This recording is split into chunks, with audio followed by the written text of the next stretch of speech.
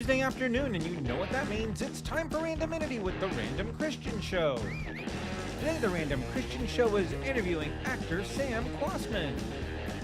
The Random Kristian Show is brought to you by Mrs. A's famous Salsa Buena, a unique blended salsa loaded with cilantro and just the right amount of heat. Mrs. A's famous Salsa Buena is available in stores across Northern California, Colorado, Nevada, and Southern Oregon. To find a store near you, just visit mrsafamous.com. The Random Kristian Show is proudly supported by The Advisor. The Advisor is a Facebook group created by Colonel James Neil Brodus, composed of multi-talents such as actors, directors, artists, writers, and more. If you fall into this category, contact them on Facebook at The Advisor. The Random Kristian Show can now be seen on the Good Wives Network, TV for women by women. The Good Wives Network is streaming now over on Roku, Android TV, and Amazon TV. Intro music provided by the Dead Campers. Check them out on Spotify and at deadcampers.com. What's happening next week on the Random Kristian Show, you ask? That's a great question. We don't even know what's happening. We're keeping it random. My name is Andy, and now here's your host, Kristian Random.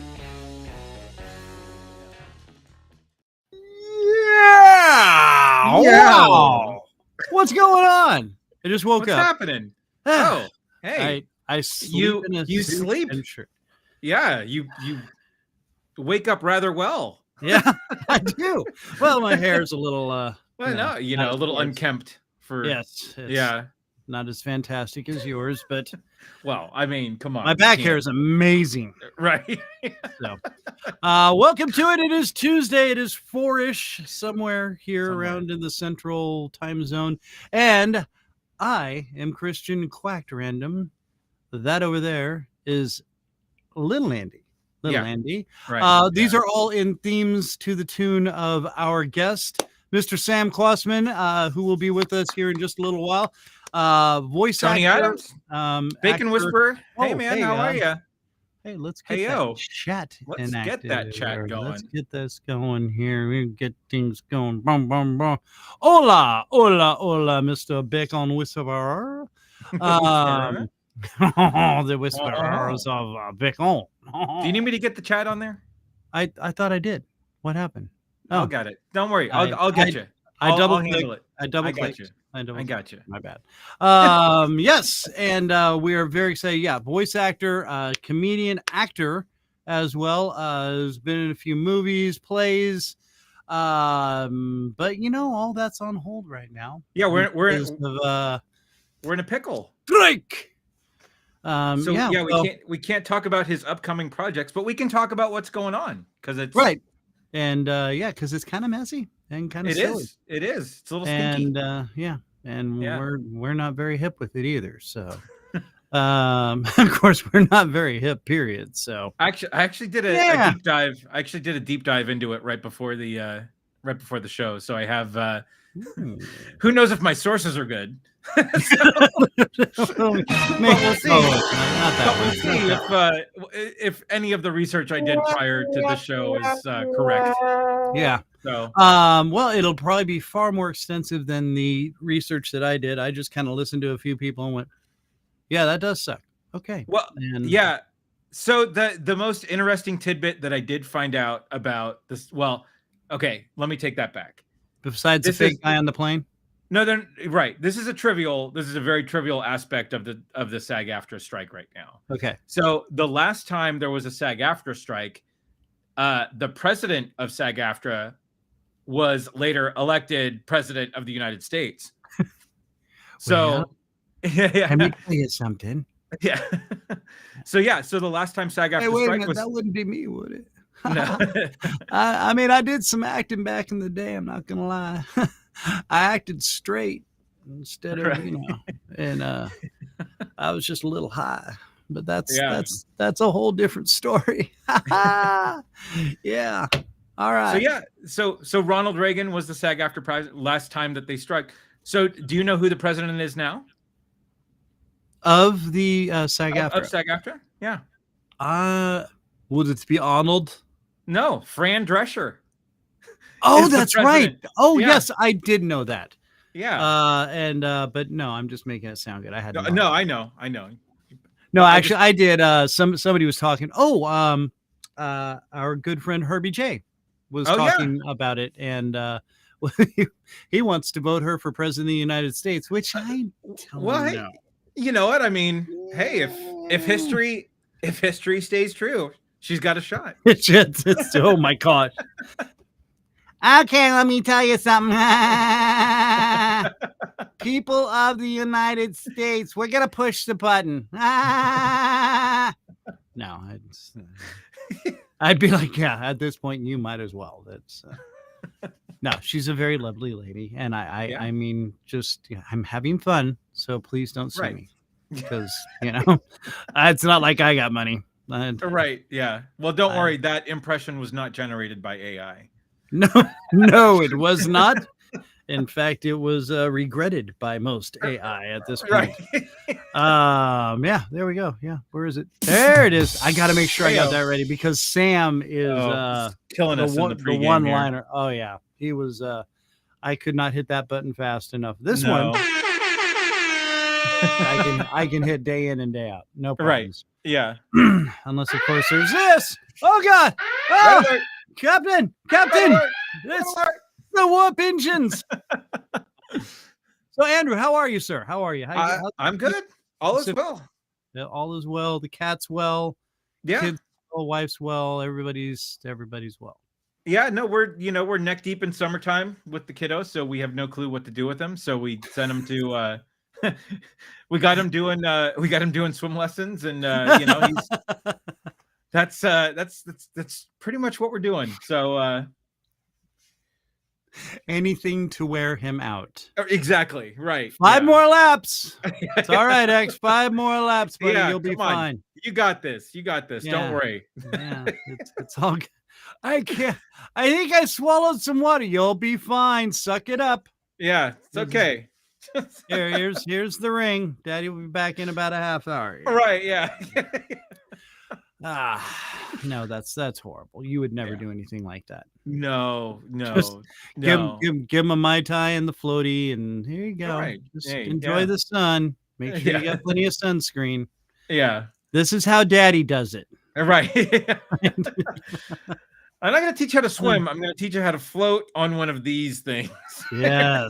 There's no need to worry about floating around in the water. And right. Yeah. So. Yeah. That was life.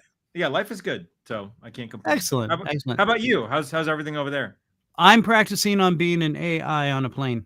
So that way cool. I can scare the hell out of drunk ladies. There you go. Just go a little flat shine on the, Yes, I would. Give a little plastic and make it look a little plastic, and then there you go. Robotic movements. That works. Can I have another drink, please? I mean, I figured because she was drinking. Sure. Right. Yeah. I mean, seriously. Did you see you've seen the video, I'm sure, correct? Well, so we played it last week on that's podcast. So okay, and I don't want to. I was here. I should know this. So let me tell you. So there are guys on YouTube that will take these viral clips and analyze behavior, right, and stuff like that. The one guy that I watched, analyzed this person as not inebriated. Really? Yeah. I mean, you heard her though, right? I did, and you know what? I would be doing it a disservice to repeat what I heard. I need to send you the video so you can watch it. And Tony said I heard it with Mark Zuckerberg on the plane. Right? Yeah. Or Mark Zuckerberg. We have to put it in air quotes. Mark Zuckerberg. Right. Well, and it's funny too and it's funny that he said Mark Zuckerberg because I just saw a meme that says it's weird when your wax figure looks more lifelike than you do. And they had a picture back to back, and it was just like, oh my goodness, which one is the wax figure? I don't know.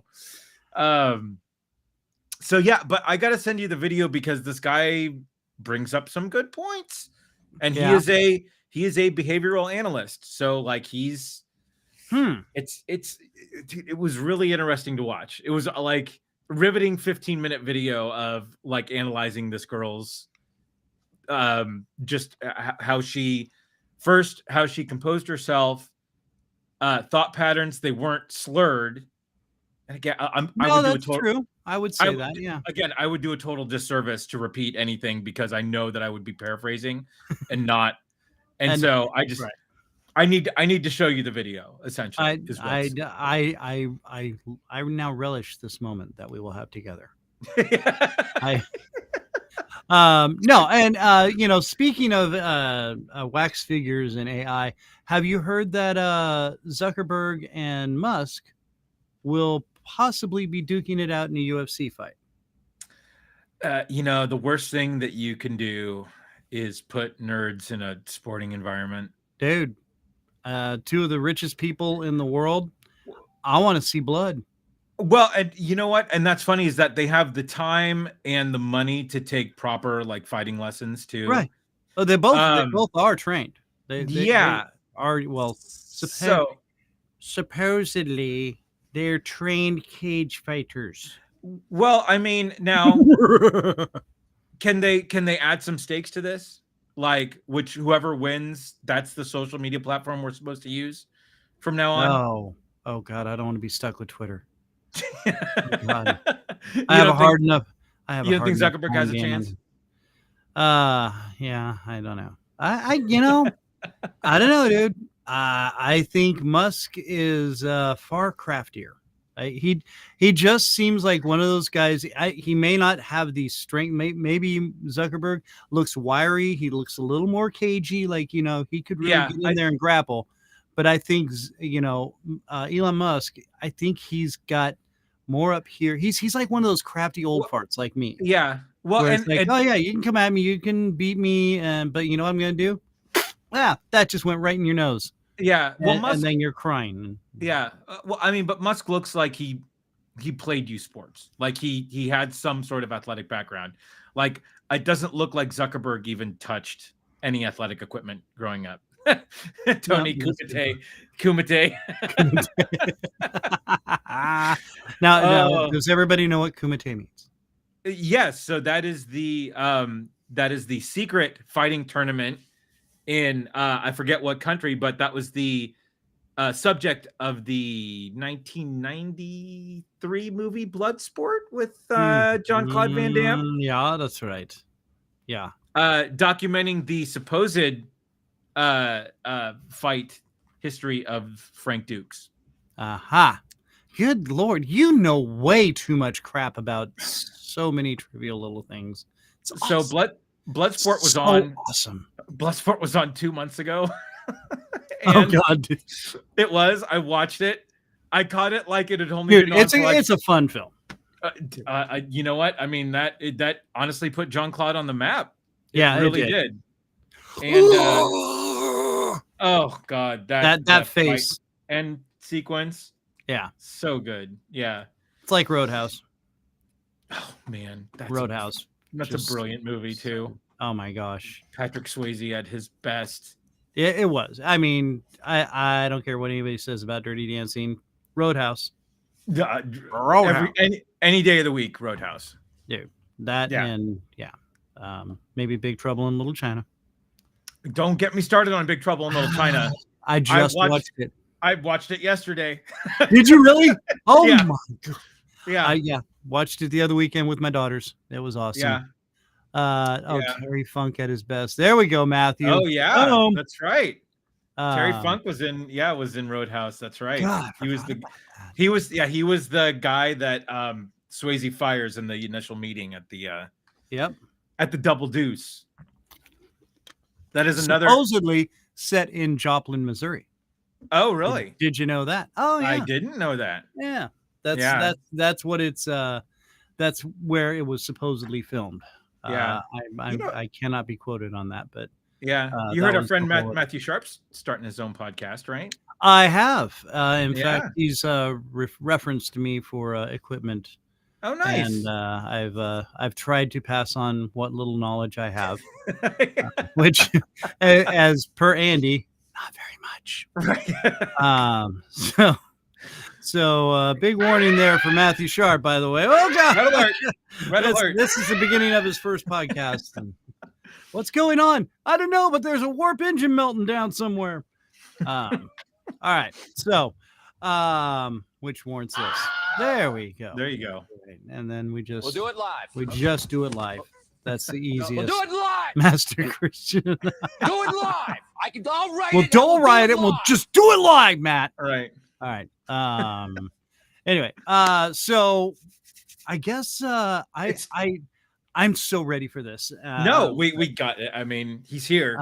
We got to get him. So, well, let's do the intro for the random. There it is. There it is. There it is. There it is. The random 9 list. That's right. That music means only one thing. Our random 9 list. Where's my graphic? Where's my graphic? I'll get it.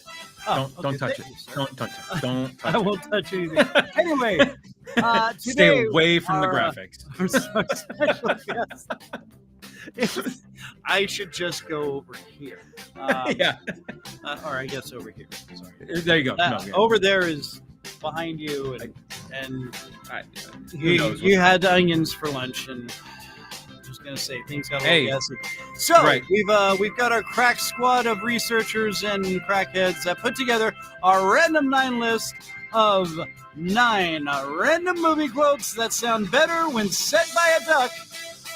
Thanks to the fact that we have Mr. Sam Kwasman joining us to help us out. Sam, there he is, right there. Welcome to the show, sir. Oh, thank you very much. Straight out of the gate with the Oh, Oh, you want to hear my real voice? Is that it? I don't think anybody wants to hear my real voice. Oh, I just love hearing you one way or the other. It doesn't matter. yeah. Sam, thank you so much for joining in with us. Sam has very kindly offered to voice these 9 random movie quotes that sound better when said by a duck. So, Sam, Yes. let's start it off with number 9. First rule of Fight Club, don't talk about Fight Club. Of course, the famous That's a line tough from the one. movie Fight Club. What's so funny? What's so funny is I can see the animation happening with him saying it. Like I see him animated in the moment with all the guys in the basement. Like, Yeah. Edward Norton and Brad Pitt. oh man. Yeah. I Or you can grab see them by the vest and, the first rule of Fight Club, don't talk about Fight Club. Like that, right? Yeah, give it a little Yes. more anger, to it. Ah! A little more depth. Oh Yeah. my God, Yeah. it's genius. Oh, number 8. Go ahead. You're gonna need to pick your boat. Yes. Oh my gosh, yes. And we can do it a will need little more bigger boat. subtle. We can do it more subtle, like Okay. you're gonna need to pick your boat. Oh, this one's gonna be my all-time Oh, favorite. yeah. All right. Number 7. Bond. James Bond. I'm gonna make that. Oh. I am going to make that the text alert on my phone. And we can do it a little fast. Or we can do it like Sean Connery, Bond. James Bond. There. yeah. Oh, yes. Yes, Nice yes, and yes, deep. yes. Deep. All right, 9 random movie quotes that sound better when said by a duck. Number 6. You can't handle the truth. Oh, I forgot. You have to play the music. Go ahead. Play Oh, the that's music. right. We'll do it again. Or and just humor me on this one. How about you're all out of order? What? What is that? He's out of order. You can't. You're out of order. I'm out of order. We're all out of This order. whole courtroom's out of order. Yeah, the cold courtroom's out of order. You're out of order. Oh, it's so cool. All right. Number 5 of the 9 random movie quotes that sound better when said by a duck. There are snakes on the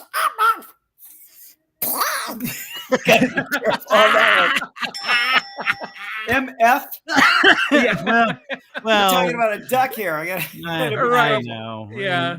And You're we do keep talking- it PG-13, so. There are snakes on the plane. Here, Yeah. there are snakes on the plane. Yeah. We could say damn. We could get away with damn plane. Right. Yeah. But I was trying to go with more of the movie theme. Anyway. I got you. Well, Yeah. Samuel I L. do. Jackson would complain, I think. I know. Right. Yeah. This keeps us out of the being sued part. So Okay. Right. Yeah. that keeps it safer. Number 4.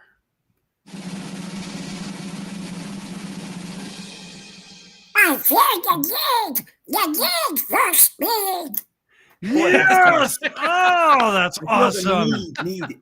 You gotta Maverick. break it up into 2 vowels. Need, you know. Yeah. I feel the need. No, that I think I threw up a little in my throat there. I think. Right. Yeah. Feather in your throat there. Yeah. That's a tough one. That's a tough Yeah. one. I feel the need. The need for speed. If you do it fast, you know. Yeah. We all got to do it 4 or 5 different ways to hit the right one. You know. Right. Oh yeah.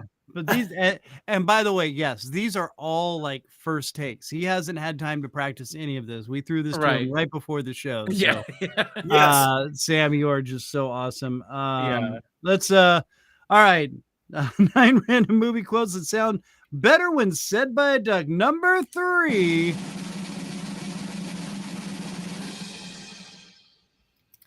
Hasta la vista, baby. Yes! Oh God, that was perfect. Oh yes, yes. So good. Yes. All right. We can play that one back. That's a good Yeah. one. No, Oh my that God, was beautiful. that's gonna be my ringtone. Yeah. All right. Up to number 2. Number 2, sir. Okay. Oh, and I got the horn. now. Threatening my dear, I don't give a damn. Yes, Scarlet. Jesus. I swallowed that one.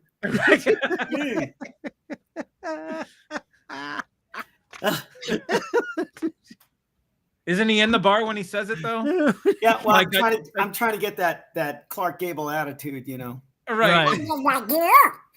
There you go. Yeah, that's Yeah. All right. So now here we are with the number 1 9 random movie quotes that sound better when said by a duck.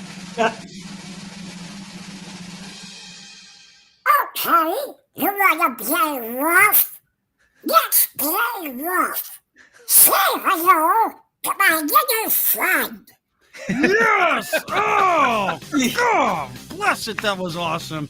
Oh, dude, there it is. There it is. There it is. There it is. man. Everything. That's so good. Oh, God bless you. That was so amazing. Sam Yeah. Kwasman, ladies and gentlemen. Sam Kwasman. Oh, Thank you. Thank oh, you. Thank you so huge much. round of applause.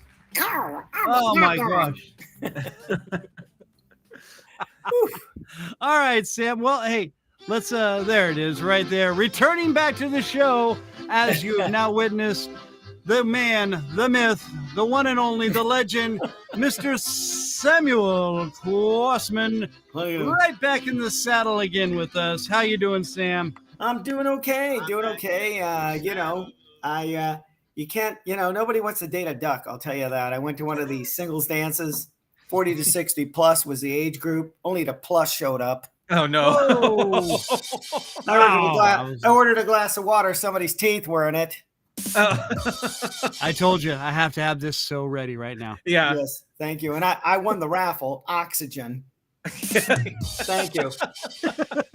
I had to leave because the band was drowned out by the flatulence, so I had to leave. Oh. Thank you.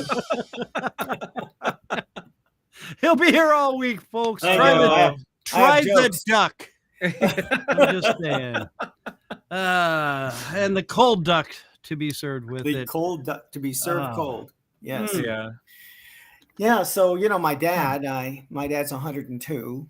Yes. Yeah. Yes. And we lost him last year. Oh my gosh. We're so sorry. Well, actually, he's still alive. We just don't know where he is. They wander off at that age. Called me up. Called me need up. to hit told this me- one.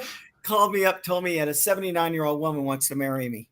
Every day, a 79-year-old woman wants to marry him. I said, Dad, you're 102. What are you going to do with a 79-year-old woman? He goes, you're right. She's not even in diapers yet. Jeez. Oh my God. Oh man. I wasn't ready for that one at I all. wasn't ready for that. Oh my God. That, you know what? He was a very funny guy. That gets that one. Thank you. Thank you very much. Thank you. A woman sent him a love letter. And he told me to read it. I said, it's very lovely, Dad. It's really a beautiful. He said, no, look at the envelope. My father was a mailman for 100 years. He was a mailman for so long when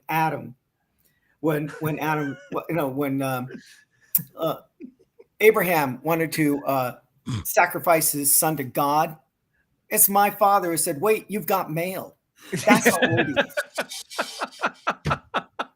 Sorry, I blew the joke. So he says, look at the envelope. Look at the envelope. I'm looking at the envelope. I go, what is it? There's a stamp on the envelope. He says, that's just it.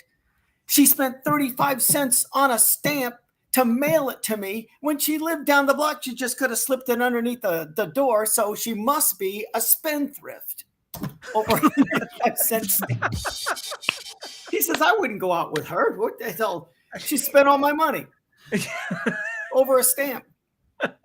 I mean, these jokes aren't funny, but I'm telling you the truth here. Oh, I don't know. On this end, they're pretty damn funny. I'm not gonna lie. Thank you. Oh. And I have a son. He's 40 years old, still lives at home. Of course, it's his house.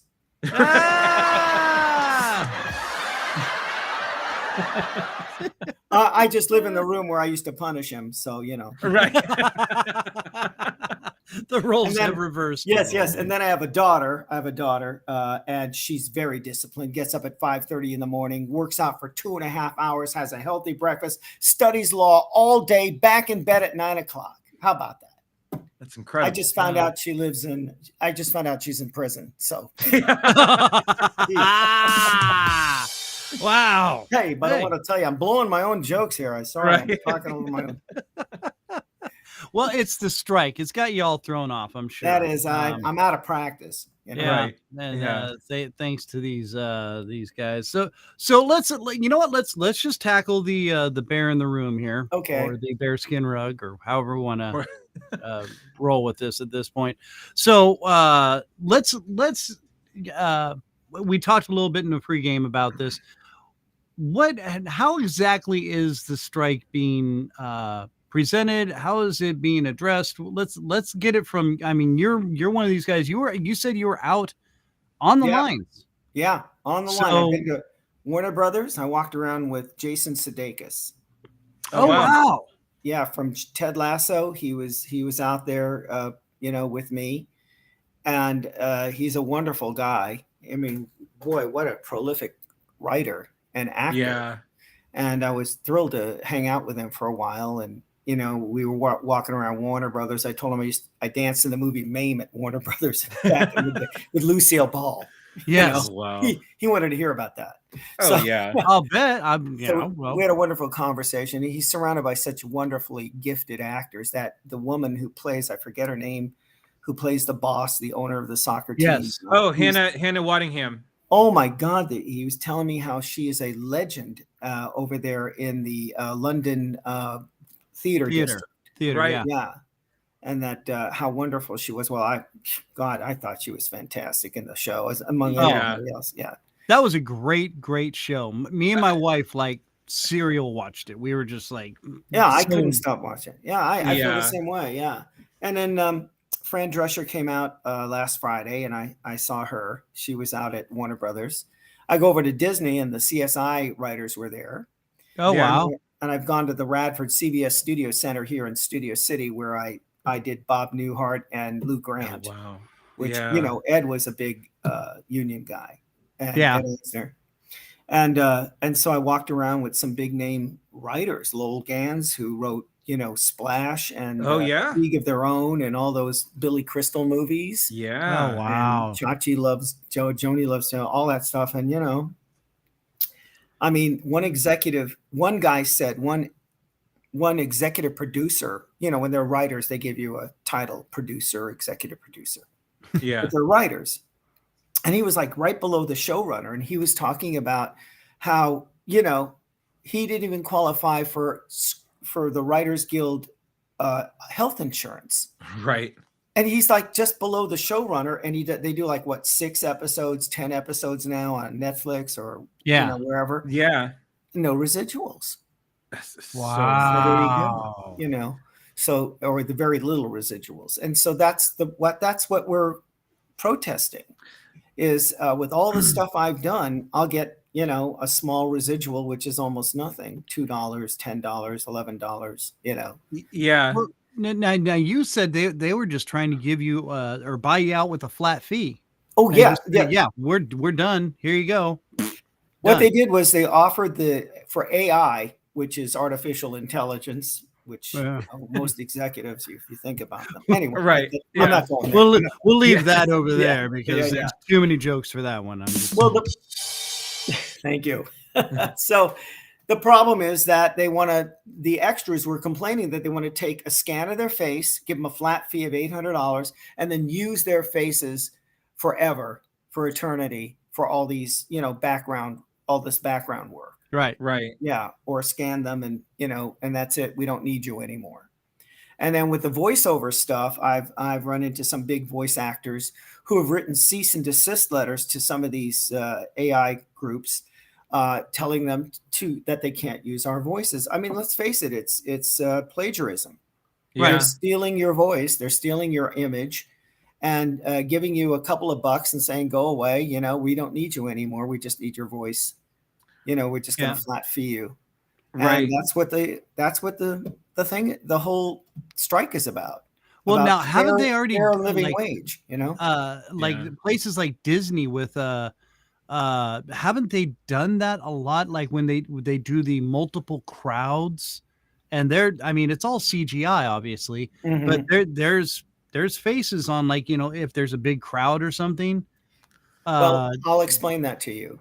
Okay. What they do is they have to have, by union rules, they have to have a certain amount of live extras in the background. Okay. Right. And sometimes they hire a lot. They'll hire 100 of them, and then there'll be people they'll send out, like if they want to do an arena show. And I know from years ago, I don't know if they still do this, but they'll offer somebody a free lunch to come out and just sit in the bleachers. Oh, and right. give them a $25, fee to just sit in the back there. And then they have their core of screen extras, and background actors. And they'll have 20 or 30 or 100 of them, whatever it is. And that's it. And then the rest they can fill in with, CGI or have. Yes. You can essentially copy and paste the crowd into the different sections. And you see there are 100 YouTube videos of how they do this. Yeah, and it's incredible. And one of the things that was really funny where they did this, where I didn't expect them to do it, was during the COVID year, I was watching baseball, and they digitized past crowds of people in the crowdless stadiums, and they were piping crowd noise in there, but it looked like they were, and obviously it was janky, but it was really funny. Just, I'm like, wait a minute. Did they open that up to people? Like, wait, no. Those are old. Like the colors would mismatch. Like it wouldn't be the team colors that were playing. That was just like a random crowd, and it was was really it was just really, really strange. But I didn't realize technology had gotten like that quick to a point to where this is a live broadcast. We can stick a crowd in there and everything's good. Well, also they used cardboard cutouts. Yeah. In the background. So I'm an A's fan, and A's didn't have the budget for a digital crowd, so they did the cardboard cutouts.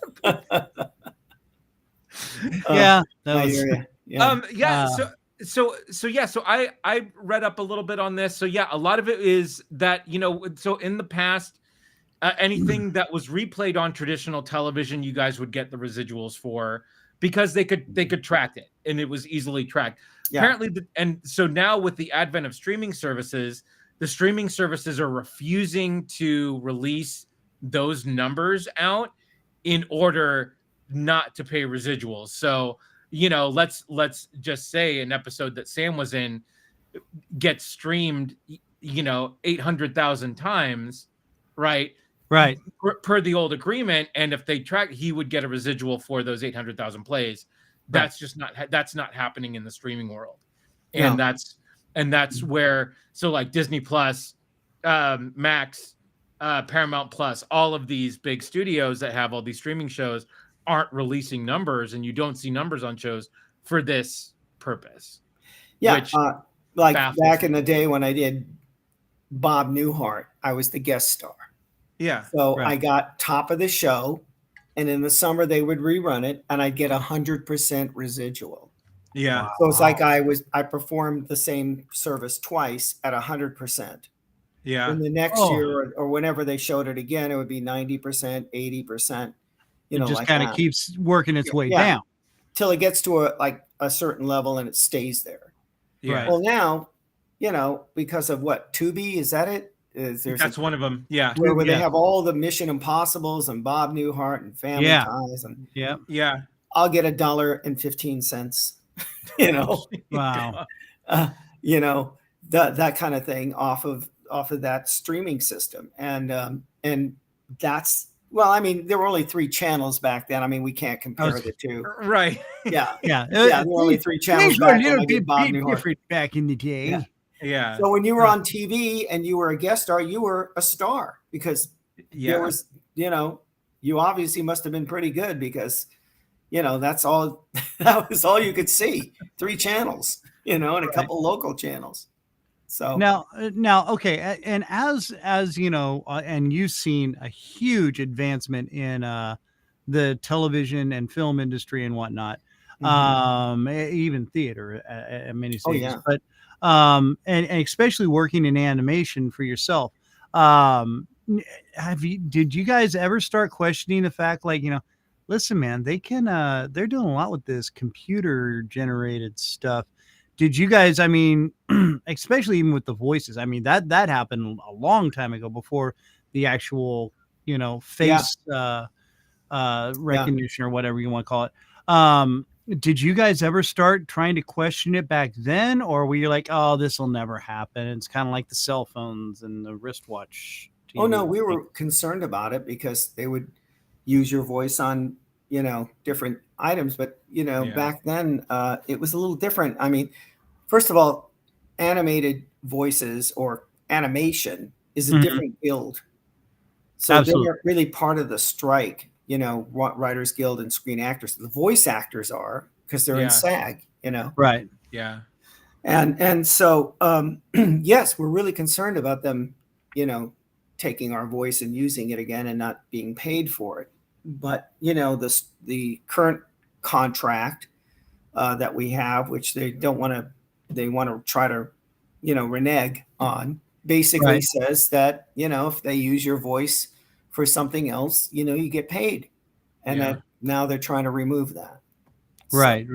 With AI. So, and so again, I mean, they've been doing this with voices far before like you were talking about how they want to just digitally impose somebody's face and then be able to use it over and over and over and over again. Right. How did you guys fight that back then? I mean, what was it just all through a contract thing that, there's no way you can do this? But then who monitors all that? We have a contract. I mean, no one that I know of has really had that problem up until recently when the contract is run out now. And now this is what they want to do. They just started offering this contract of a flat fee of $800, take a scan of your face and we don't need you anymore. We're done. We haven't seen that until just recently.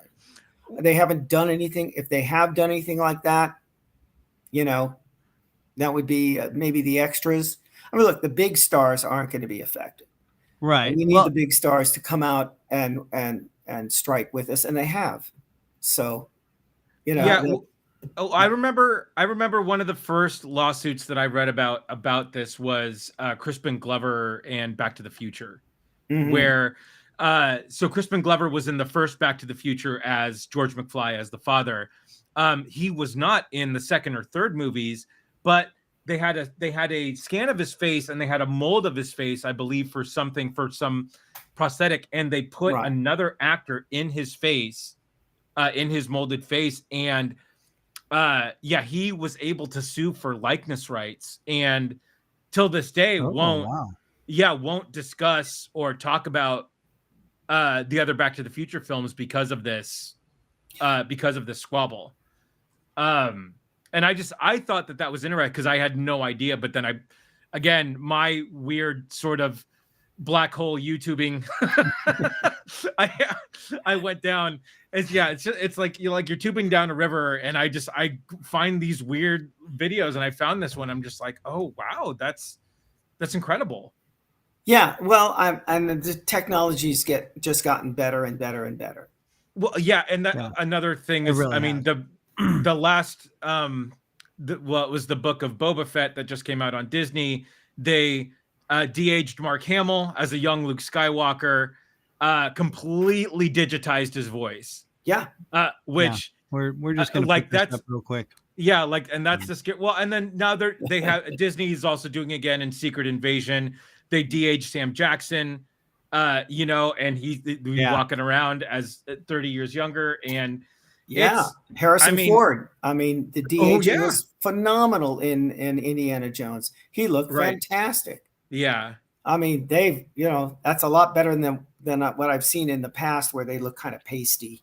Right. They don't really they kind of fit, but there's something wrong. You sense there's something wrong. Yeah. But the special effects have gotten so good where they just build these big green studios. Everything's green. Yeah. Yeah. And Keanu Reeves will be on a motorcycle and he's shooting these guys next to him. And you see these guys in green pushing these fake motorcycles. Right. Yeah. And then when you go see the movie, they're on a bridge and they're falling off and they're getting killed. And things flying past them. And back and forth. And when you see the actual CG, I mean, the actual action, it's very slow. Yeah. And they push them very slowly, and he gets up and he shoots him in the head, and the guy falls off and then when you see it, the screen, he's on a bridge, and they're going 100 miles an hour. Yeah. Unbelievable what they can do today. Yeah. So, it really is how they figure out. And listen, I mean, that it makes for amazing movies and whatnot, but when you're robbing people of themselves, I mean, basically it's somebody robbing you of yourself. It's like taking, and literally in the word, your identity, and using it and really just raping it out. Well, I have an app on my phone where you can be Patrick Swayze. Will put your face on Patrick Swayze's body, and it's a joke. Yeah. And I actually started with Patrick Swayze. I was going to say, you used to dance with Patrick Swayze. I used to dance. Yes. He was out here in Kansas City, I believe. Yes, that's where we had our rehearsals. Yes. In Kansas City. Yep. And he was Prince Charming, and I was the lead alligator in Fantasia. I don't know how that happened. Must have been a mix-up. He just had better hair. You never said that before. This is now we're getting a deep dive into this. Yeah. Hold on. I guess they must have mixed us up. I mean, really. He was a sweet guy, really a nice guy. I miss him. He did a great Donald Duck. Oh, really? He did Donald Duck. He did it really well, and he could do it in Spanish. No. Yeah, seriously. Oh, wow. He was deeply talented. People just, because he was so good looking, they just, but he was serious. He learned to sing, dance, act, play guitar. Yeah. Plus he did Roadhouse. Great Duck. Plus he did Roadhouse and could do the roundhouse kick. So yes, he could. Yeah. He could. He studied martial arts, but he came from ballet and jazz. Right. And ballet, when I did the movie Mame, you had to have a very strong ballet background for Anna White, who was the choreographer. And she choreographed the Disney show that Swayze and I were in. Oh, So to dance for her, you had to have a strong, and I'll tell you, ballet coordinates you. Oh yeah. You know, Well, I don't they know. got football players doing it. Yeah. Well, you know, look at Baryshnikov. He guy's amazing. You know, Dude, that guy was. I mean, Yeah. not that I watched tons of ballet, but I remember back in the day, my mom was like, they used to have the Nutcracker on TV during Christmas, and they had him doing it, and I was like, wow, okay, that's pretty. I mean, the dude would leap like just out of nowhere, just Yeah. Well, I was a leaper and a jumper. That's what I did. I had air time. I could hang in the air. So you were the Air Jordan of ballet. I was the Air Jordan of ballet. I did double. You jump in the air and you turn around twice and you come down. It's called an aerial tour. So I did double aerial tours in a row. When I was on Maine with Lucille Ball, I would jump over the hedges, and there were one guy short. So I jumped in front of her, behind Lucy, in front of Lucy, behind Lucy. Because I'm 23 and these guys are like 40. Right. So yeah, it was a little easier back then. Yeah, a little easier. Oh, okay, I'll do it. No problem. But now, and you know what? I saw when I first saw you, you popped on TikTok, and you popped right into my feed. I guess because we were friends on other social media and whatnot. And you tap danced, and you were amazing, sir. Again, where's my applause? There it is, right there. There it goes. No, I was like, that man's got some moves. What's going on here? That was and yes, if anybody is looking for Sam, you can find him on TikTok under Sam Quad, or I think it's just Sam. If they type in Sam Quasman, it will pop you up. You're on all the social medias, but I loved your TikToks. You were popping on and doing a little Donald and a little Quacker, which I know obviously you can't do much of that right now, or what? I mean, now how does that play out for you right now? I mean, we're not getting in trouble with this, are we? No, there's just nothing to talk about. I mean, we finished Tom and Jerry. It's over. And Warner Brothers canceled a lot of shows, so we're done with Tom and Jerry and Robot Chicken, where I do Donald and a bunch of other voices. I don't know what's going on with that because personally, I haven't heard anything. I don't know if we were canceled or we're just in limbo. But yeah, I think Seth kind of, and not that not like me and Seth are like, yeah, dude, by the way. But I think he gets to these things where he's like, I'm going to give it some breathing room. He seems to do that with a lot of his little projects. I mean, they'll be incredibly entertaining and funny. Robot Chicken, I mean, obviously is just genius ever since he started that. And, but I think he kind of just, hey, let's hold off a little bit, and then all of a sudden it just kind of fires back up, and also wait, there's a whole new episode. I've never seen this, and there's a whole new season popped up. So, and I think he plays the internet like that, and these cable channels and whatnot, or I guess interweb channels. I don't know what it is anymore. I sit down with my wife and go, "What are we watching?" Oh, okay, that's great. Well, Seth, I know, has some other projects that he's working on, but I don't know if he's working on anything right now. Nobody's working. Yeah. Hey, nobody's doing anything. If all these people are bored, Sam. Yeah. Right. You've got my email. You can, okay.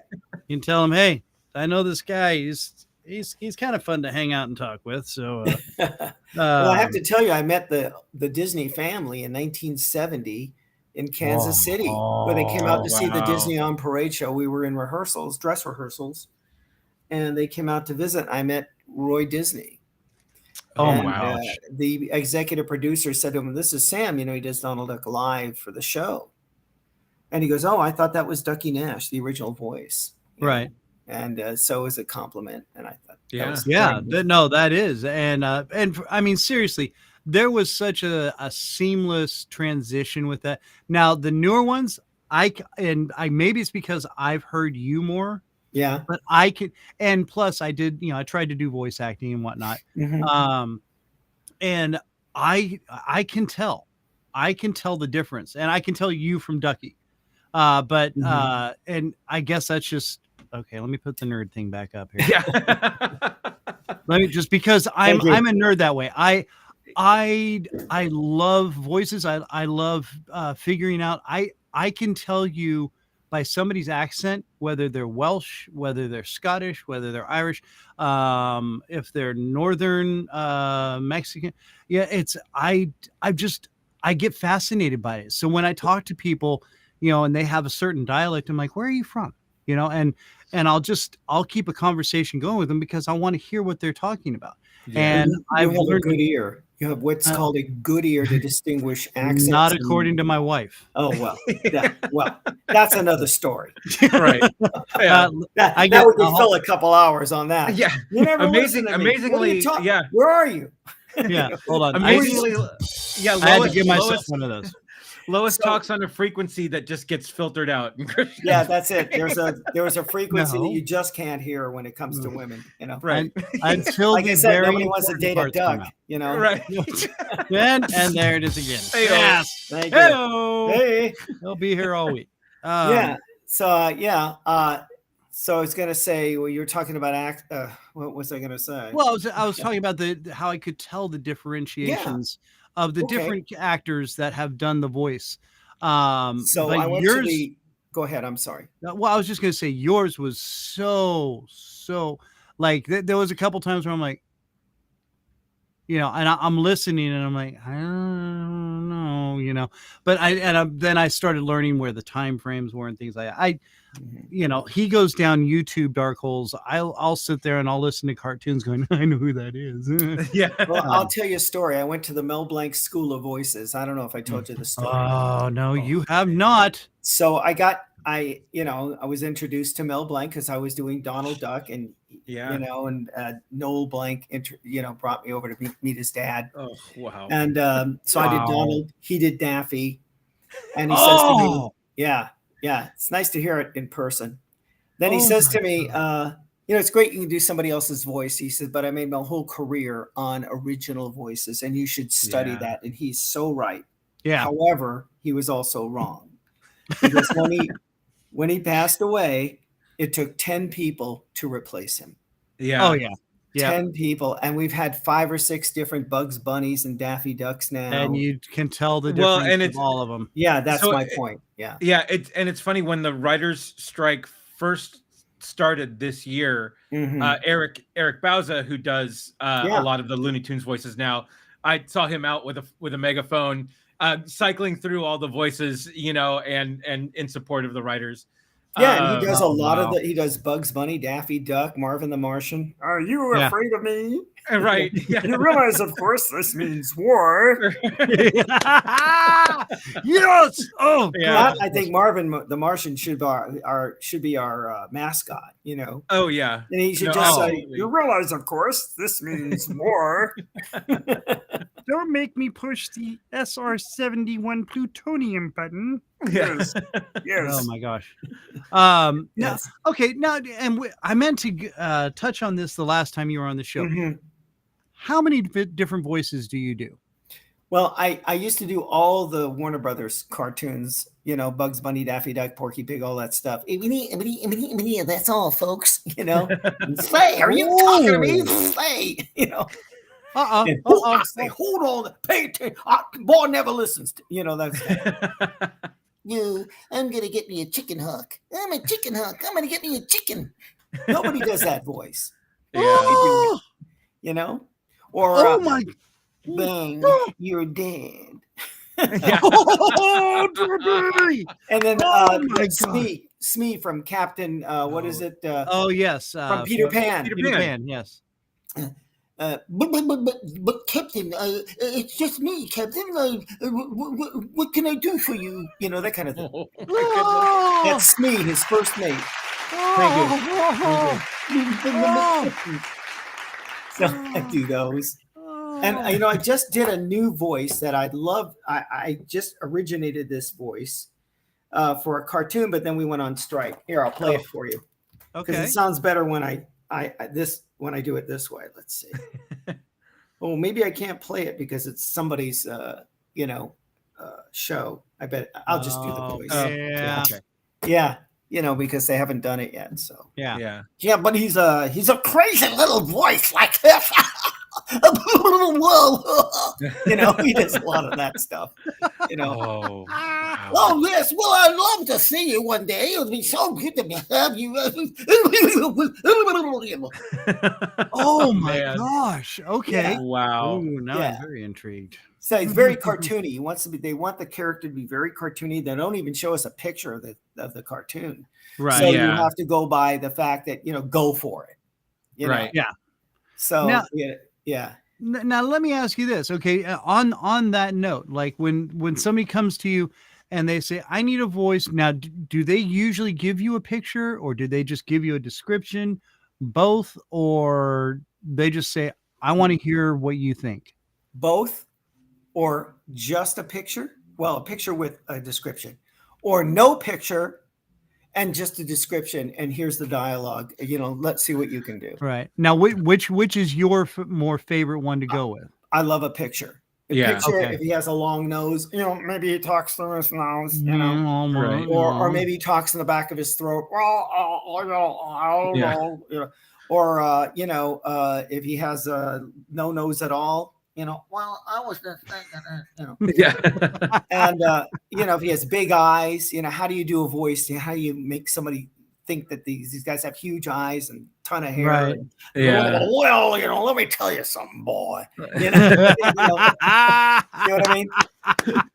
So Oh, you go my by God. the features of the character, Yeah. All right. So now how many have you come up with that, like when they just said, just wing it, just see what you can figure out? Just wing it. Yeah. Look at the picture and just give us a description of what you think it is. And so that you go into your bank of voices that you've created over the years, and you Right. pull out something and you adjust it to that character. Yeah, Yeah. because a lot of times I do these little voices like this. It's just crazy voices, cartoony voices. And now I saw an interview with Mel Blanc on Johnny Carson, actually. Mhm. And I mean, he was just so amazing. How he could just boom, boom, boom, boom, boom, so quick in and out of characters. Have you ever had to do that where you've had to basically do I guess it's a shoot or a recording where you're trying to do two characters at the same time? Have you ever had to do something like that? And then when you create one, that is the second part. I know I'm asking all sorts of questions, but when you create a character, are you I mean, Mel Blanc said he would kind of combine some characters every now and then and come up with a totally different voice, but it's the same. I mean, once he tells you who he combines, you're like, oh yeah, I can hear both of them in there. I mean, do you get to do that as well? Yeah, well, Bugs Bunny is he'll explain to you that Bugs Bunny is Brooklyn and the Bronx, and he put them together. Yeah. Yeah. But every one of his voices has a speech impediment, which we can't do today. Yeah. Yeah. Porky it'll hurt Pig. somebody's thing. That's all. I mean, we can do it with Porky Pig, but if you try to do it with another Something else. Yeah. How about if I become do a ventriloquist bit and the dummy has the stutter and not me? Yeah. All right. Great. Wouldn't that be great? Right. Hey, how you doing? Who are you? Right. Like that.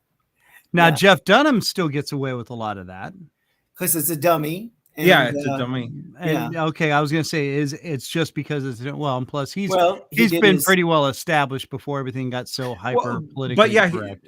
But no, he's playing a straight man to the dummies, right? Eccentricity. Yeah. But okay, different. So you get to do you get to do a lot of that where you combine a lot of the own characters in your head to create one whole new one? Yeah, sure. You try to put two and two together to see if you can come up with a new character. And I've always tried to do original voices, but voice matching, the problem with voiceover now is 70% of voiceover is non-union. Mm-hmm. Oh, And yeah. that's the video games, you know? Yeah. Right. And Yeah. they Well, work these welcome to guys- Fiverr. Yeah. Yeah, and they work these guys to death.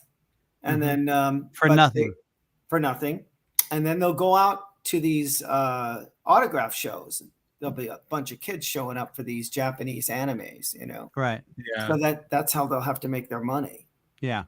You know, Which instead of it's really sad. That's why I removed myself from Fiverr, because I was trying to do my voice acting through there and through Upwork, and I get all sorts of offers, and they get $10, and I'm like, for what? 2 lines? yeah. And they're like, oh no, and they'd send me like pages. I'm like, I'm not doing that. I said, there is no way I'm going to do it. I said, I will create a character. I will help you do this, but there's no way I'm doing all this for $10. Well, somebody else will. Good. Good. Let Go them ahead. do it. Yeah. And I even wrote to Fiverr, the heads of Fiverr, and just said, this is ridiculous. I said, you have a great forum and you're letting people just get ripped off. Yeah, because And people are so desperate to become what do you call it? Famous, Yeah. or they want the Yeah. job because hey, they can say, look, this is my credit. Look what I did. Yeah. Yeah. And it's, and that's great. I did a few commercial things. Mhm. I created a mascot for a small little company up in Omaha, things like that. And it was so funny because I gave them 5 different takes of a voice for a sheep. Mhm. And they go, we really just like your regular voice. Yeah. Mhm. And I'm like, So funny. so you want me talking just like this? They're like, yeah, maybe a little more animated, but yeah. I was Yeah. like, okay.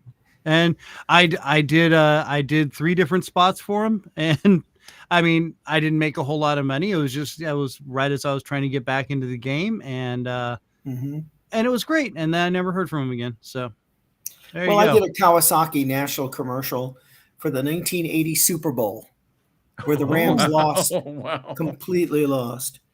And I made all the motorcycles talk. And the commercial was called The Ventriloquist. So, float like a butterfly, sting like a bee. is what I did. And yeah. Oh my God. And I did my dummy voice, oh, that's something like I forget the words, but Right. I'm just a dummy, so I did that voice, He's the dummy. Yeah, that's right. Just a dummy. That's the voice I use for my the ventriloquism thing that I did on Bob Newhart. And Oh my God. Family Oh Ties. yes. Wow. Yes, that's Yeah. right. Which, Yeah. oh my gosh, such an amazing show.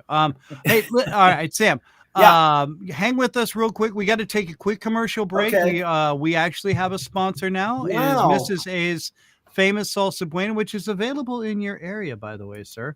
Wow, I did not know that. It Salsa is Mrs. A's Famous. Well, let's just play Go the ahead. commercial. Play the ad. And, We'll play let's the go ad. yeah, for it. we'll roll with it from there. Okay. Once I find the right button. There's the right button. Heyo. Heyo, do you like salsa? Are you tired of pretending you like what the mass-produced companies are giving you? Well, now you don't have to. That's right, Mrs. A's Famous Salsa Buena is here to treat you right. They got 3 flavors like medium, hot, and salsa verde, all made with fresh, all-natural ingredients in a unique blended, authentic salsa with fresh cilantro and no onions. That's right, no more onion breath for you. It's the perfect complement to your favorite foods like burritos, steaks, flautas, nachos, enchiladas, chicken, and of course, chips. But there's so much more. Mrs. A's Famous Salsa Buena has gone from a reward for her students now to the shelves in over 500 stores in California, and now it's expanded to Oregon, Nevada, Wyoming, and soon across the US of A. Amazingly fresh, all-natural, authentic, and delicioso, Mrs. A's Famous Salsa Buena is near you. To find out where, go to www.mrsafamous.com, and you'll also get some great recipes, info, and so much more. Mrs. A's famous Salsa Buena. Reward yourself and eat Buena. Ta-da! Eating Buena with Mrs. Heyo. A's famous Salsa Buena. Thank you very much. Absolutely delicious. If you don't believe me, you can watch me and Andy taste testing it on one of our shows. But anyway, so we're back here for those listening at home on the audio version of this. This is Sam Kwasman. I have not clarified that enough. Voice extraordinaire, Donald Duck, Lil Quacker, so many other different voices. Also, king of the one-liners, I'm telling you. That's right. I'm currently the male stripper at the Jewish Home for the Aged, so remember that. There it is. It's a great job. You come back the next day, they think you're the new guy. Hey, thank you. I swear I cannot hit that fast enough. Can't hit, yeah. I'm sorry, I didn't mean to interrupt, but it was a good joke. I'm just gonna sit over here. You just go ahead. Right. Yeah. Okay, so I went to a Boy Scouts, Eagle Scout ceremony, and I sat next to a kid. He's got a bunch of badges on his thing there, on his jacket. And he goes, "Wow, were you a Boy Scout? Did you ever get any badges?" I go, "Well, I wasn't a Boy Scout, but I got badges. I got the Alcoholics Anonymous badge. I got the 500-foot distance badge, Right.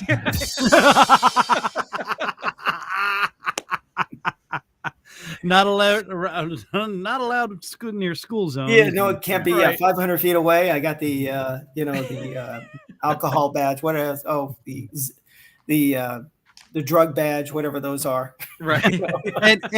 NA. Yeah, I have a couple. I'm not gonna lie. Yeah. I can't remember any names anymore. I don't know what's the matter with me. But yes, and so he's actually returning.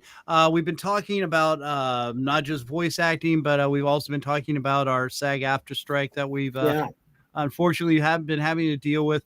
Now, and now you said Jason Sudeikis was out there on the lines with you. Yeah, Jason comes out. He's been at Warner Brothers. He's been at Universal. We've had Fran Drescher, we've had Rosario Dawson out there. Wow.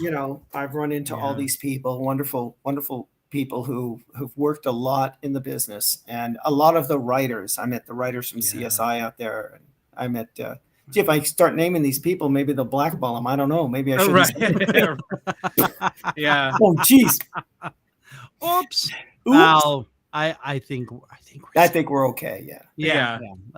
No, and you did check with the union. You could be on this show. You could talk about. In fact, they encouraged you to talk about the strike, and a lot of celebrities come out, and some of the biggest writers, the guys who've written, some of the best movies and television shows, they're out there, on strike. And if they're out there, I mean, they're not making any money, right? Because the recent contract is just terrible, right? Let me ask you this. How symbiotic is the actor-writer relationship? Well, you have writers who are actors. Jason Sudeikis is a great example. Right. Odenkirk. Oh, yeah. Oh, yeah, Bob Odenkirk. Yes.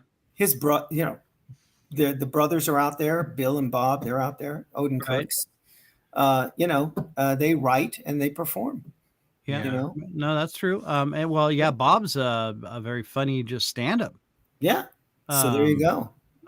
They are performers as well as writers, and a lot of writers, and that's what they want. They want you to write and perform your own stuff, like Family Guy, the guy who's on. Yeah, Seth MacFarlane. Yeah, Seth MacFarlane. I mean, he performs, he sings, he acts, and he writes the cartoons. Yeah, he co-writes, or he. I think at this point he just comes in and says, "Okay, that's good. Let's go." Well, yeah, for Family Guy he did it, but then he did his space drama too, The Orville, which he wrote and acted in. Yeah, and that's what they look for. Yeah, there's a lot of guys out there who can produce and write and act, and that's what they want me to do. They want me to. I have friends who say, Sam, you got to write yourself a show, perform in it, and that's how you can become an actor now. Of course, I had no idea, Right. But a lot of people come from improv. And Yes. so you see these SNL guys, they're monster comedy writers. Right. Yeah. And when they graduate SNL, they go off and do these movies. Some of them are just, I mean, a lot of them are just hilarious. Yeah. Right. No. Okay. And so on that note, now let's say, yeah, we've got a lot of guys that are used to writing the short little comedy skits. Yeah. Do you think all those always graduate well into bigger screenplays and whatnot? Or, I mean, No, because there's been a few where I'm like, this they don't guy work. is Yeah. so hilarious, and I know he wrote for, when he was on the show. Yeah. What the hell happened? Well, I And think it's just, I think some do, some don't. I mean, like Wayne's World translated really nicely into movies, right? Because No. you can expand on it, right? But like, Yeah. The Ladies' Man, that didn't necessarily fly. And I mean, Mike Myers has had his share of good movies and bad movies, yes, right? So I think it depends on how well you can expand it. I mean, The Night at the Roxbury wasn't a great movie, but I love it. I think it was entertaining. I think it's funny, and that's something that I can watch over and over just because So Uh-huh. I don't know if you agree with me, Sam, on that. No. Well, whether a movie bombs or whether a movie's a hit, you can't take their talent away from them. No. Right. When you see a Jimmy Fallon who's deeply talented, Oh yeah. I mean, whether you agree or not with him being a talk show host, there's no question he is so deeply talented that Absolutely. If he would become a movie star, comedy star, in a film, you couldn't stop the fact that he has the gift. He has this gift. Right.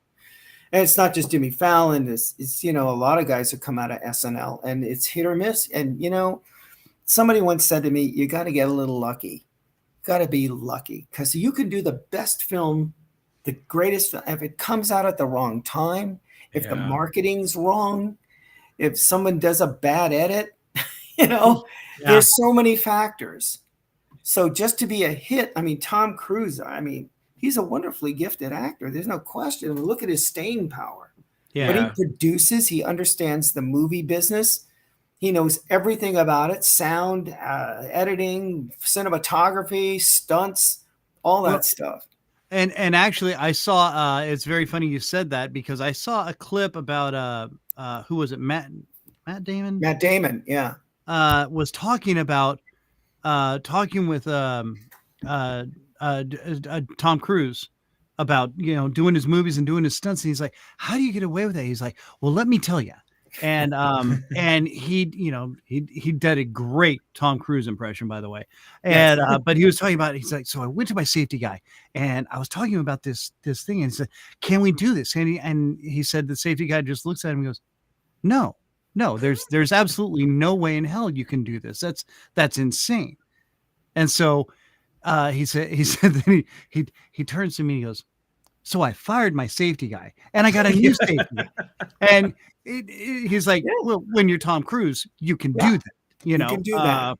Me being Matt Damon, I was still, he puts butts in seats, Tom Cruise. People come out at the business end of it. They look at Tom. He's a get me Tom Cruise. Yeah. Because people will go see him in the movie theater. Right. Absolutely. Jerry Seinfeld is that way. Yeah. He's a get, he fills theaters. And when he does his stand up, Seinfeld is this series that's never going to end. It's like I Love Lucy, which I did Letters from a Nut, produced by Jerry, and I did Comedians in Cars as the product placement guy. That's right. Yes. Yeah. Yes. And absolutely. My friend Barry Martyr wrote Letters from a Nut. We did it as a play at the Geffen, and then we did a movie, Letters from a Nut. And as and that's available where? Just at Amazon. On Amazon. Okay, very well. So that anybody interested, very entertaining, by the way. Thank you. I cannot lie. And I only made it halfway through. I actually, because of my hours, I fell asleep during it, and I was like, "Well, what happened?" And so now I've got to go finish watching the rest of it. And it's not because it was bad; it's because I get 4 hours of sleep a night. And okay. So I tend to. It drives my wife nuts. Trust me. Well, they keep refining these plays. So Letters from a Nut I did it down at Irvine, and and it was very funny. We did Yes. it live, based on the movie and the stage play. So Yeah, it's great. It really is. Yeah. I loved it. Now how is it, okay, so speaking of Seinfeld, yeah, okay, you I mean, yes, an incredibly talented guy. Now he just pulls himself back. I mean, do you agree with that, or do you think that he should be is he one of these guys that you think, because there's so many talented people out there that have given us, like, well, I mean, okay, I Love Lucy, okay, that whole, and then the Lucy show, okay, he's on that level. yeah. And I'm all great shows, but they took time, they stepped back, took time for themselves, did their own little projects. I mean, I know Lucille Ball had like her fingers in so many different things with Desilu Productions. Yeah. But now Seinfeld doesn't really do that. I mean, yeah, he's got his little side projects here and there. I mean, comedians getting coffee, things like that.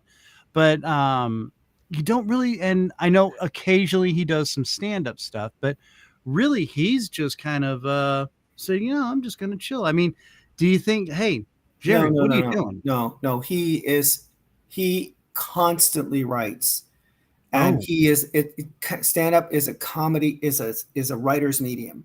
Yeah. You don't have to be a great actor. You don't have to be Robin Williams to be a stand up. I mean, I don't even think he's a stand up, but Jerry writes. I mean, he fills Caesar's Palace. Yeah. He's constantly on working, constantly. I mean, you may not hear about him, right? But he'll be at Caesar's Palace. He'll fill a theater in New York. He has a standing contract, I think, in New York with one of the theaters there, where once a month he goes in and does a whole weekend or something. But he never stops. He never stops, and I have a lot of respect for him because he's, I think, one of the greatest, most prolific comedy writers I've ever had the privilege to work with. I did stand up with him many years ago with George Wallace. And, he's been very kind to me. I mean, I got to be the product placement guy, and, comedians in cars and all that stuff. He's very generous, very nice to me anyway. I mean, everybody else is. Everybody, I don't know. I don't know about anybody else, but I love the guy. He's I have You're all Barry Mortars is his head writer, and we're very good friends, Barry. Right. And he's very prolific. Also, he wrote Letters from a Nut, and he wrote, the Bee Movie, co-wrote it with Jerry and the other guys. So, So we're talking about, the pedigree here. These guys are grade AA, grade A. How much writing do you dabble in? Well, I try to write jokes. I get distracted, but I always thought of myself as a performer. If I did a play or I did stand up, as long as I'm on a stage performing, I'm a happy guy. Right. So, and I was one of these guys that as a kid, I was told you have to learn to do everything. Right. You're going to be an actor. So act, sing, dance, tap, ballet, jazz, voices for cartoons, imitations, comedy writing, acting, theater, whatever it was, that was me, and I came out of musical comedy. So right, absolutely. And but now, so where do you think that you, when you're putting this all together and you're writing and stuff like that, when do you go, you know what? No, I'm just, this is my lane. This is where I'm going to stay. Because I mean, and granted, there's a lot of people that don't do that. They're like, oh, I'm trying all this, and you're like, okay, maybe you should have just stayed focused here. Well, you're right, because I have friends who just do one thing. Right. I have a friend who just does one type of character, and he's done 40 films. Yeah. And he's this angry guy in every movie, cusses everybody out in every movie. Yep. He's done 40 films, and that's his character. And they hire him for that. Yeah. Yeah. And there are people who just specialize because they're a certain look or a certain attitude. Right. And, and that's what they're looking for. And they sometimes they just write him in, especially for the film, because that's the guy. We need a guy here to cuss everybody out. Get him. Yeah. And perfectly content like perfectly content to do that as well, right? Yeah. Yeah. Like that, well, it's like, give me another one. I'll take it. after 40 films and so many television shows and I mean, Right. you know, Yeah. so there you go. I Yeah. mean, it's just that kind of a business. And, you know, I worked with Ed Asner on Lou Grant, and I used to choreograph him in these musicals. That's how I met him. And he looked at me. He said, you know, I got lucky. I got lucky. I got a break, because he was out of work, he said, for 2 years before he got married Tyler Moore, which is I don't know if your audience knows about Ed. And Mr. Seven Emmys. I used to call him up and say, like what? There are no other actors? Like, you're the only one? And he would say, give one up. Yeah. And he would say, I hope it doesn't price me out of the business. Well, Man. Yeah. And so, and every great actor, writer, director I ever worked with that won an Emmy or an Academy Award said the same thing. I hope it doesn't price me out of the business. So there you go. It's a tough business. But and so, I mean, again, like you said, it's and honestly, I think nowadays it's more of who you know, but back in the days it was more how lucky you got, you know. Which, you know, there was because so many people would sit there, and there's so many talented people that didn't get out there because they just didn't get lucky. Well, when I was at the Comedy Store, I saw these fantastic comedians, really incredible, funny. Right. I mean, all kinds of awards, and they put them in pilots and nothing. Yeah. They never got a break. It's like the pilot didn't work. Wasn't the fault of the actor or the comedian, but it just, you know. And so when somebody, you know, gets on a series and it breaks through and you're on it for 10 years, you hit the jackpot. That's like the lottery. Yeah. Which reminds me, I have to go buy a ticket, you know. We're gonna have to cut the show short here. Yeah. We are speaking with Sam Kwasman, by the way, voice actor, comedian, actor, voice of Donald Duck, Lil Quacker from the Tom and Jerry show, or the new Tom and Jerry show, I should say. Yeah. Now, oh God, I lost my point here. Damn it. How long is the show, by the way? It goes on for a couple days. You'll be fine. Yeah. Well, I packed in some supplies, so good. We take a break, a short break at the 6-hour mark, and then Jerry Lewis telethon all over again. Right, exactly. You're raising money. No, let me tell you something. Lady. Well, bye. All right. So now, the strike obviously hindering a lot of anything that's going on right now, which again, many of your friends that are bored, you know a guy I'd love to talk with him. No, I'm just kidding. So once this frees up, which hopefully will be very soon, what's next for you? What have you been working on? Can you talk about any of that? Yeah, if you can talk about it. No, I can't. I saw you do this. Yeah. No, there's stuff blocked in the pipeline. Yeah, I can't really talk about anything because there's nothing. First of all, there's nothing going on with, and the projects that I'm up for right now, I can't tell you anything about it. Yeah, because it's all has to happen first before I can say anything. Like I said, I had this audition and I came up with this great crazy voice, but I can't play it. Yeah. The audition with it right now. Yeah. Now, do you think that because of that, a lot of this seems to be pointed at the streaming services too, that that a lot of actors will start to push away from those projects and try to work in more sort of mainstream network television, or I mean, what do you think? I think when streaming starts to pay something, then we'll see the actors come back. Okay. If we can do a settlement with AMPTP over streaming, where we make a decent wage, or especially the writers. Right. For God's sakes, how do you screw over the writers? Yeah. I didn't realize it was so bad that a lot of writers have second jobs that are their main source of income. And look, 98% of actors don't work that much, and they have to have a second job. I have a second job. Yeah. Yeah. Being the male stripper at the Jewish. Thank you. He's here all week, folks. It's the new guy. It's the new guy. Hey. Yeah, instead of putting minute. dollar bills in your Speedo, they put quarters, and after Oh God! after 50 half an quarters, hour, your it's Speedo impossible. hits the ground, you're dragging it around, And things aren't left to the imagination at that That's point. right. It's That's right. like, well, all righty then.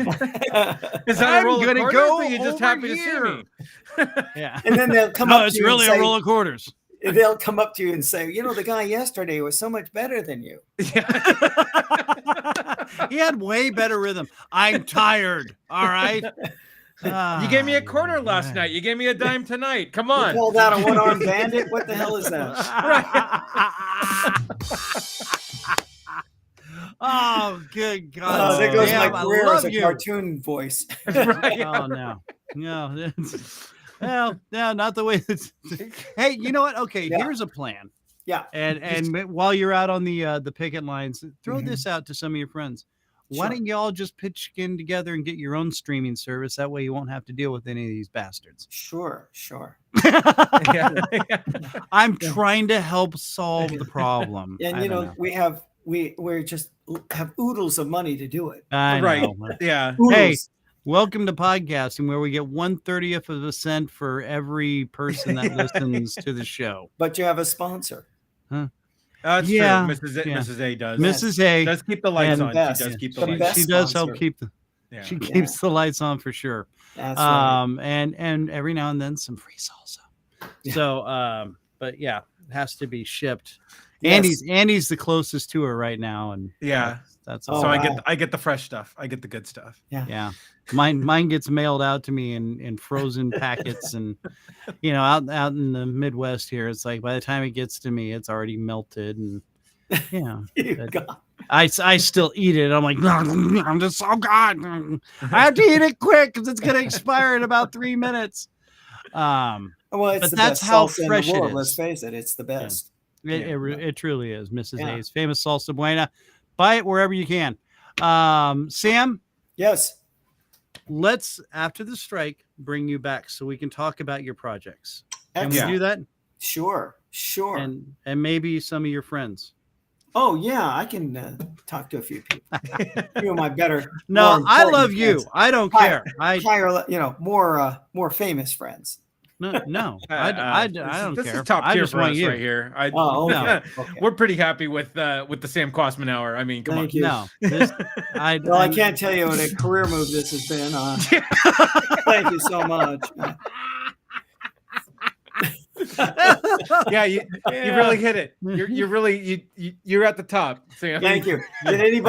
Did anybody write in saying, "Oh God, this is a great interview"? Actually, we got a lot of response from when we were on the last time. Oh, so, great. Yes. Yeah. No, it was. So what happened this week? We just kidding. Apparently, Nothing yet. our listeners are on strike as well. No, there we go. Yeah. That's a great line. It's Our listeners really are on strike. yes. But then they tune in later, and that's the beauty of it. Yeah. And see, hey, Tony Adams is still out there. Yeah, he's Um, watching. but- Yeah. That's the thing. It's kind of hit or miss on the weeks. I Sure. don't know why. And then next week we'll have 30 people, and it'll just be me and Andy going. Anyway, Yeah, right. we had Sam Quasman on last week. It was way funnier than this. Right. So It's like the Chris Farley SNL bit. Like, remember when Sam was on last week? That was cool. That was cool. Yeah. so awesome. So he was quite a talented guy. Oh, All those man. guys. Are, Remember that time when he did the Yosemite Sam thing? God, that was stupid. It was a stupid question. oh, do you remember when he interviewed Paul McCartney? Oh God. Oh my God. Oh, so Genius. Yeah. So funny. genius. Yeah. But no, let's seriously, when this is over and done with, Okay. that way we can talk about your projects. I would love to Yeah. have you back. I just love talking with you either way, and just geeking out on all your voices, and you're just so talented. And hearing about thank you. I'd like to get you and Herbie J and Michael Stern all together, because That you would be all fun. have dealt with Miss Lucille Ball. Yes, I know Michael. Yeah. Oh, Yeah. you do know Michael. Oh, yeah, Okay. sure. Yeah, he's actually he just got taken on to the Dr. Phil show, and he wasn't supposed to move till September. And they called him up, I guess, a few days ago and said, "We need you out here now." And so he was like, "I'm not ready." And he was supposed to be on the show next week. Not going to be able to make it now. So it's just going to be me and Andy. Hey, you've got the link. If you're bored, you can jump in. Yeah. And if anybody wants to go to my website for Lil Quacker and Donald Duck there you go. and Robot Chicken and Bob Newhart and Family Ties and stand-up comedy, which I have on there. Yes. What is that? SamK3000.com. SAMKAY 3000.com. There we go. And we'll put have that a on link our for that. website. Yeah. On our website. Absolutely. Thank you. Sam, should we ask him some new random questions? Okay. Yeah, let's do that. Sure. Yeah. Let's see here. We got it. We have to do the Random that guy. questions. He gets angry if I don't let him say that every now and then. We'll find him some of these days. One of these days. So, as you may remember from last time, these are just random questions of total insanity that we like to ask of our guests to figure out their psyche and whether we need to have you committed or not. So, which that's a given. Yes. So let's go with I mean, we've already asked you the base questions on the James Bond and stuff like that. Your favorite sandwich. So we're just going to go right into motorcycle or car. Which is best? Car. I'm a car guy. Yeah. Yeah. All right. What kind of car? What's your favorite car? Well, I really love the electric. I used to have a Camry. The Camry was like 0 to 60 in 3.2 seconds, and my wife said I was faster. Damn it! I was late. All right, Andy, hit him with another one. Favorite sports team? Oh well, let's see. The favorite sports teams. I've been watching the Rams. Okay. So I'm LA boy. So Rams. Oh yeah. I also like track and field. I'm a track and field guy. I was a pole vaulter in high school. So Really? I was the highest pole vaulting Jew in the world. because I was the only pole vaulting Jew in the world. There it is. I'm like, there's got to be more to this. Yes. No, man. Now that's gutsy. Yes. Did you ever have a pole snap on you? Yes, it did. It opened my hand up right here. No. Oh, High school. And back then it was sawdust. That's how old. Oh, that's right. Yeah. Oh, They were just introducing the portable air thing by the end of my term as a pole vaulter. Yeah. Oi. Okay. Yeah. Number one bucket list item. Number one bucket list. I'd like to go to Europe. I've never been to Europe. I've never been to Asia. really? I've spent my whole life in the theater and in LA, and I've been to Australia. It was wonderful. I'd just like to go travel. That'd be a bucket list. Yeah. All right. Very valid. All right. Oh, well, let's see. Well, my brother lives there. My brother lives in Europe. Really? Where in Europe? He's in Cologne, Germany. He speaks 10 languages. Oy vey. Yeah, but they're all dead languages, so he has no one to talk to. Thank you. But there it's a it true is. story. He translates dead languages. That's what he does. That's crazy. Wow, that's awesome. Yeah. All Everybody, right, all my brothers, they're all doctors. 3 doctors and a duck.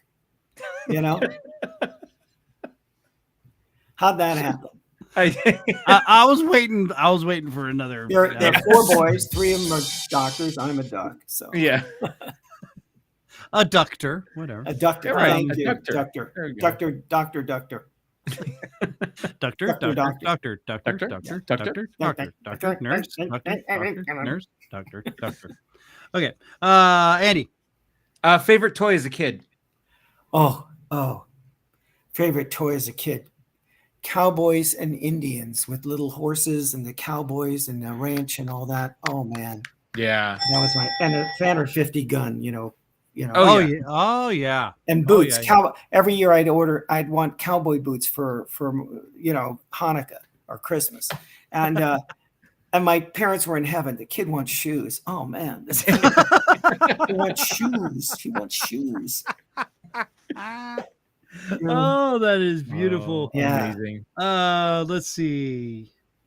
Oh, just because I'm interested. Skateboard, scooter, or roller skates? Skateboard, scooter, or roller skate. Oh, skateboard. Okay. Oh, you and me are best friends. I had a skateboard, and that was my favorite thing. Yeah. Oh my Yeah. gosh. You wouldn't still happen to have it, would you? No, I lost it. And Yeah. I was very upset because it was my neighbor built it for me. Yes. Oh, This I was older going to guy. say they probably took apart the roller skates and Yeah, with the steel wheel. It was up on jacks. They put up on and stole the skates. They took the engine. They took the paint. All right.